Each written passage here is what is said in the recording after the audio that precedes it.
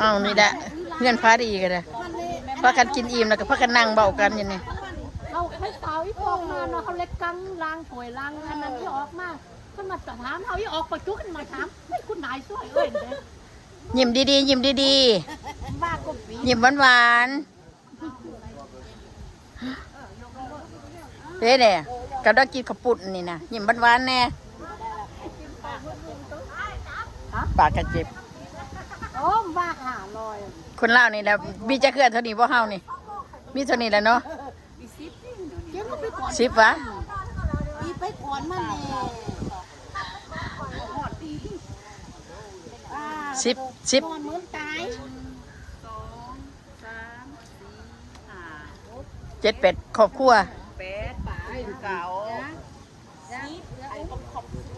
นี่มันปลูกพริกเอาคืนมานะตลกเลยมาต้องเดินมันตอนแม่แค่สนั่นในแม่ม่านที่นกเนาะวันนี้เห็นรถมันไปตั้งมาเลยนะเห็นรถมันไปก่อนปอยอันนี้วันนี้ว่าสัตว์ก่อนเจนี่สโลน้ำข้าวปุ้นหมูบักเนื้อปุ้นน้ำเงี้ยว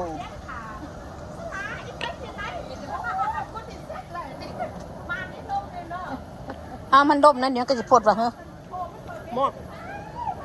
คนต้มน้ำข้าวปุ้นว่ะน้ำยังมันลำไยแห้งมันพดเลยเด้น้ำยามันบ่บ่ยาน้ำยังได้กินแล้วธรรมดาเอาเลยนะไหนมันก็เป็นยาต้นจันตุกลำไยแห้งใส่อันใบเตย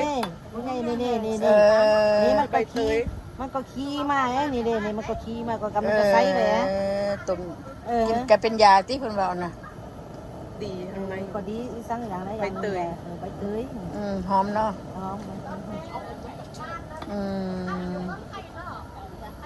หอมอยู่หอมใบเตยต้มกินต่างน้ำกินต่างน้ำแล้วก็ได้หน่อยก็น้ำแข็งให้ก็เอาตักใส่เอาน้ำแข็งไหนเอายังใส่แน่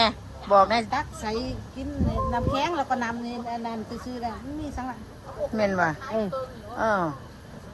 ไฟมันดับเลยก็ปิดไฟแล้วปิดแล้วเฮ็ดสังอันนี้เนาะเก่งยิ้มเพิ่นเฮ็ดเวียกเพิ่นเมื่อยผู้เดียวหมู่นั่งยืนเว้าอยู่กับข้าวปุ้นเฮ็ดงามๆโลดเด้อ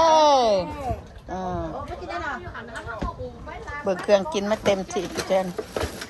เฮ็ดว่ะค่ะนี่โอ้แต่จะไม่เอาออกมาเหลือนี่เหียงไปหมดอันนี้นี่ยังน่ะใบตองใบตองเขาข้าวปุ้นของข้าวต้ม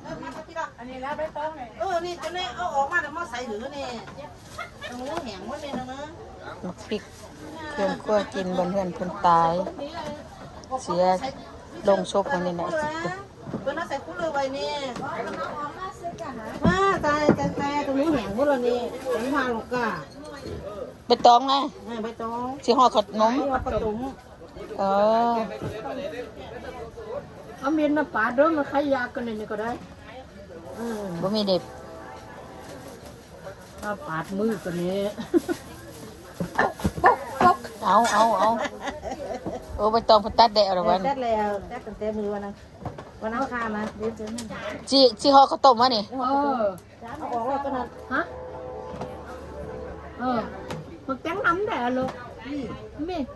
เอาเลยพอมาร้านแต่นี่มีเนาะคนกินเบิดเอาหมากเอาเล็กซีมันมาแล้วนะช่วยเอาออกแล้วนั่นแน่แล้วหน่อยนี่ก็หน่อยเอาก็หน่อยออกกันเนาะ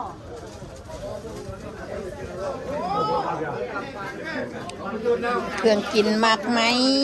เครื่องกินเลยเนี่ยขาดีกันเลยเก่งก็เบอร์อันแก้วเบอร์อะไรวะฮะเห็นอยู่จะมีของกินหลายคนนะเดี๋ยวบอกเจ้านะแขกคนมาเนาะจะมาแต่เผาเนาะ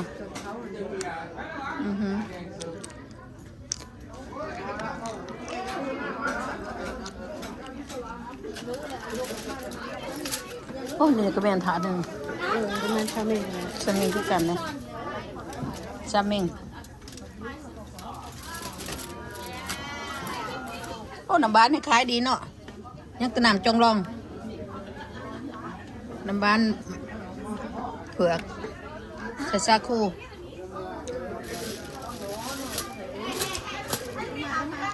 นี่แหละแม่ครัว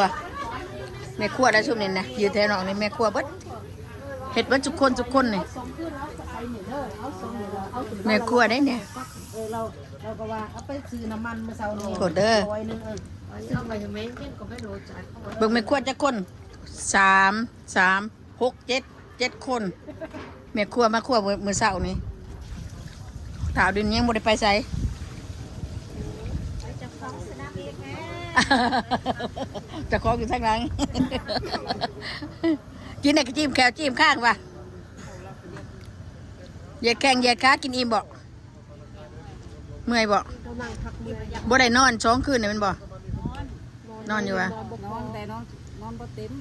อีกก็ปุ๊บเราไป4 โมงอีก คืนน้องข้าวหุ้มเมื่อก่อนแล้ว เอาไปยืนเรียงกันเนี่ยบักเผาแซงเดียวกันนี่นะไปคอยน้ำของกันที่เขาไปอยู่เผาแซงเดียวนี่ ให้เกี่ยวทายผู้ถึง เอามาใส่ ข้าวแสงเดียว เองจากเขากับมะพร้าวอัน จับไปนี่ นั้นป่ายมาแต่ว่า บักเผา เข้ามาเข้ามา จังหวะเมื่อจะ เอานี่บักเผาแซงเดียวนี่ นั่งชุดกระได เออ มีแต่คนมาคุกนี่ล่ะมาเป็นแม่ครัวได้นี่นะ ถ่าย แม่ มา เบิด อืม ถ่ายวิดีโอได้นี่ เห็นเบิร์ดถ่ายวิดีโอเว้าหยังก็เว้าโลดสบายดีภาคตึงพี่น้องก็ได้ อยู่ใส่เขตใด สบายดีเมื่อยหลายบ่สบายแล้วจุดนี้นะ เป็นคนลาวนะนี่นะคนลาว เลย คนลาวพ่อแม่พี่น้องมางาน ไปตกขับไปตก สอนญาติพี่น้อง งานศพ บ่เดือดค่ำนี่เบาได้ตาปีดูได้นี่ เสียนนลกสลาของเพิ่นเองเด้อพ่อแม่พี่น้องเด้อ เทจังเลยเอาเงาหลายขาเนี่ยเอาไว้ แต่ถ่ายมันได้ยังจังนะ10 นาทีติ เอาเบิ่งตัวเองวันนี้เอา 7 นาที สบยดี เอาอยู่ดีมีแห้งบาย เอฟซีทุกคนนะบ๊ายบาย เดี๋ยวสิ